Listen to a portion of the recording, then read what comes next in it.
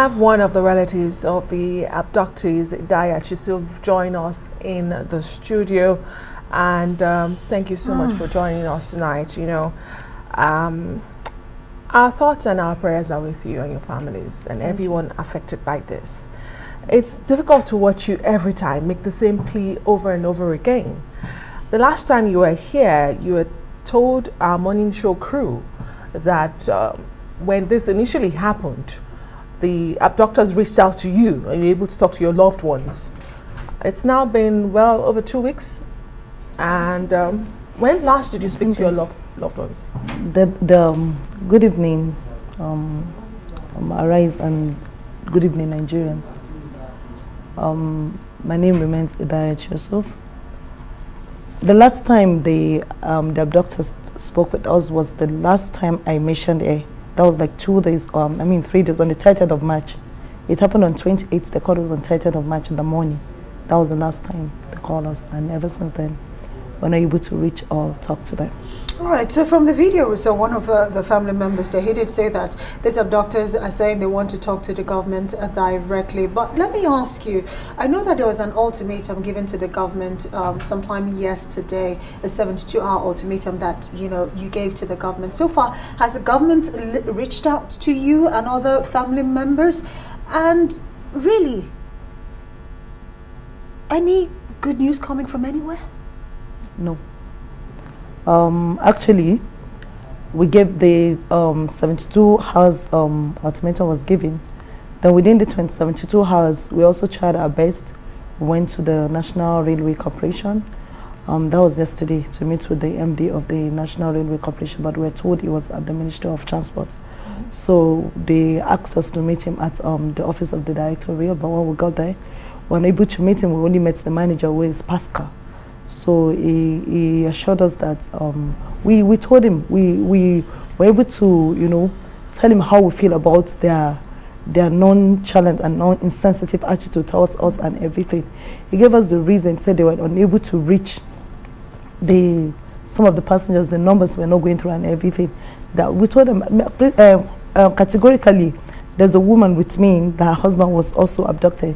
He said, I bought my husband's ticket with my number, not his number, and nobody has called my number. Let him know that. And I also said my sister's phone is not with the kidnappers, because on that night of incident we were calling the number, and I think a military personnel that that went in that around that 3 a.m. that night, he picked the phone and told us that he found a bag inside the gutter. And our phones were there, all our things were there. The man returned to us, to our bag and the phone to us. And the phone will always charge it to expect call from, no call has been put through. We let him know that.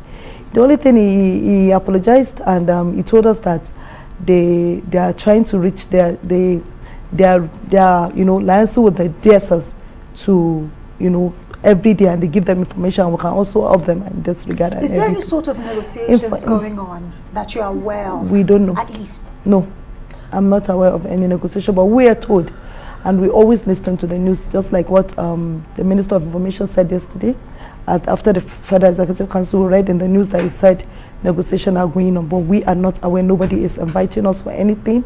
Nobody is calling us, not the Minister of Transportation, not the Railway, not the Defense, nobody. We only read like you. We only get information like other people from the TV. Well, we do understand that one of the abductees was released some days after this incident. Have you been able to reach out to him to find out what the condition is, where they were kept, where they are being kept? Any sort of knowledge of what they might be going through? Did you do that? Yes, we did. When you're talking about the MD, the Board of Bank of Agriculture, right? Yes. Yeah, I didn't go because I'm in Abuja, and I think when he was released, he went to his house in Kaduna and all of that. A lot of people among the family members of the abductees reached out to him. They met with him, even with the pictures of our family members that we know that are there, and he was able to recognize a lot of them. You understand? Somebody like me, he recognized my sisters. He said, in fact, he met the two of them. You understand? They look alike, like twins, you know. So, and he told us that they're okay, but they live in an open space in the forest. He said, ever since they've changed camp for more than 5 times there. Wow. That they've moved from different, currently, according to him, maybe they're in like Nigeria or something. You can imagine they've been checking through the forest. You can imagine a pregnant woman with someone checking this through the forest. That is for harrowing like to this. think of. But I want to ask you, because, and I'm sure there are people who are also wondering, because you have spoken with the abductors, the kidnappers, at least once. Yes. And they didn't demand ransom, according to you. No. But here is one of the abductors that was released, supposedly someone who is perhaps influential and well-to-do. So paint a picture for us, your family members, your loved ones.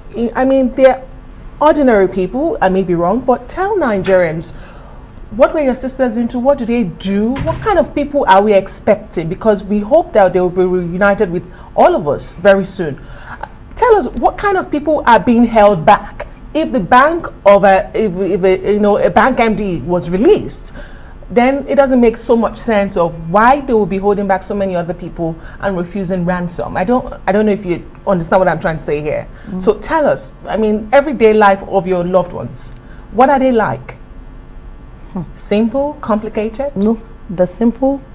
The civil servants, they work with the state government, not even with the federal government. So they're very simple people, and we're not really influential people. We're just, we're just from the, normal average Nigerians. Right. Well, Idayat Yusuf, you know what? We're just hoping that the next time we'd have a conversation with you, it will be you sharing the good news that your sisters, as well as every other person who was abducted, are back home. But for now, hopefully the government has heard your cry, they've heard your plea, and they'll do the needful. Thank you so much for joining us tonight. Thank you.